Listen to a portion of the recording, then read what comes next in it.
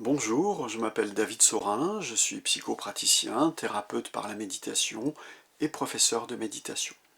Il y a environ 10 ans, j'ai créé la thérapie par la méditation, qui est une thérapie comportementale et cognitive de troisième vague, issue de la méditation bouddhiste. C'est une méthode qui est particulièrement efficace sur différentes pathologies, notamment sur le mal-être qu'on appelle éco-anxiété. Et c'est vraiment de l'éco-anxiété dont je vais vous parler dans cette courte vidéo. Mais avant cela, je vous propose dès maintenant de vous abonner à la chaîne.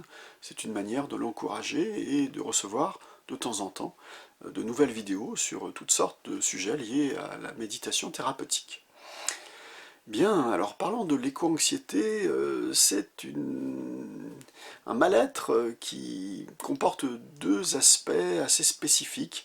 Le premier, c'est que le problème extérieur n'est pas facile à résoudre. La dégradation de l'environnement, la disparition des espèces, la pollution de l'eau, de l'air, le réchauffement climatique, et ainsi de suite, ça ne peut pas se résoudre immédiatement. C'est complexe, on ne peut pas le faire soi-même. C'est la première particularité de l'éco-anxiété. Et la seconde particularité, c'est qu'intérieurement, eh bien, on est tout à fait légitime à être inquiet pour la dégradation de notre environnement naturel. Il va donc falloir aborder ce mal-être sous un angle différent, avec des méthodes différentes. Et c'est là que la méditation thérapeutique, avec ses spécificités qui viennent des sagesses bouddhistes, va pouvoir être vraiment efficace, singulièrement efficace.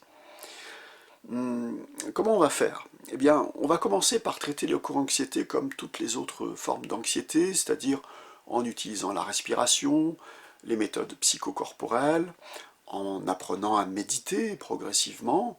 Alors, couramment, en méditation thérapeutique, on utilise 90 méditations différentes, mais on peut les panacher entre elles pour obtenir un résultat plus spécifique.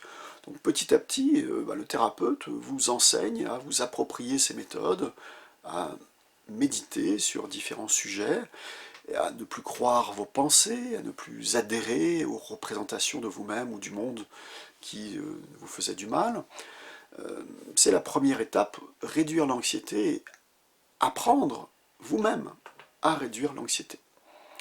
La seconde étape, et c'est là qu'on touche au cœur de la thérapie contre l'éco-anxiété, c'est d'apprendre à connaître notre propre esprit, les rouages très profonds, très fins de notre propre esprit, et apprendre à connaître les lois de la nature. Comment le monde fonctionne, au juste? Quelles sont les lois naturelles? Je vous donne un exemple de loi naturelle, c'est la loi des causes et des effets. Les causes produisent des effets, et les phénomènes ont des causes substantielles et des causes environnementales. Et puis il y a d'autres lois naturelles encore, qu'on a besoin d'apprendre à connaître en profondeur. Donc là vraiment, il y a un apprentissage super intéressant à faire. Là donc, vous commencez à savoir par vous-même diminuer votre anxiété, et vous commencez à mieux comprendre votre propre fonctionnement et celui du monde.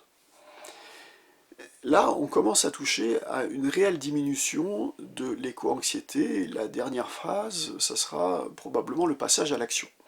C'est-à-dire qu'on a besoin d'agir à notre mesure, avec nos talents, mais agir en cohérence avec nos aspirations profondes. C'est essentiel ça. C'est de savoir quelles sont nos aspirations profondes, quel sens nous avons envie de donner à notre existence humaine, et d'agir en cohérence avec cela. C'est ce que vous propose la thérapie par la méditation. Différents thérapeutes pratiquent cette méthode. Vous pouvez donc avoir recours à leur service si vous voulez évoluer en ce sens. Et c'est un travail intérieur extrêmement intéressant que d'apprendre à se libérer de l'éco-anxiété pour notre propre bien et pour celui de notre entourage. À très bientôt.